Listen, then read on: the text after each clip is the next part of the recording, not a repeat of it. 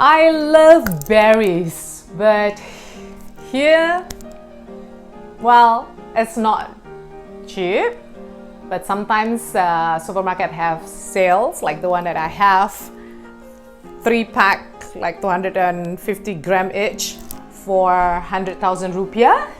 That's a very good deal, and I whip it into blueberry muffin. Easy to make, very little ingredients. I use less sugar and no mixers. You just need to wipe as a usual muffin. Do not overbeat that. 10-20 minutes, you get the fresh muffin out from the oven. For breakfast, snack, back to the lunchbox, name it.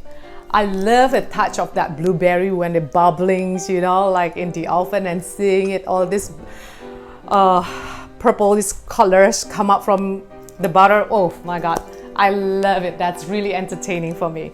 Check it out how to make it. It's very easy, very quick, and simple ingredient. Let's bake. Okay.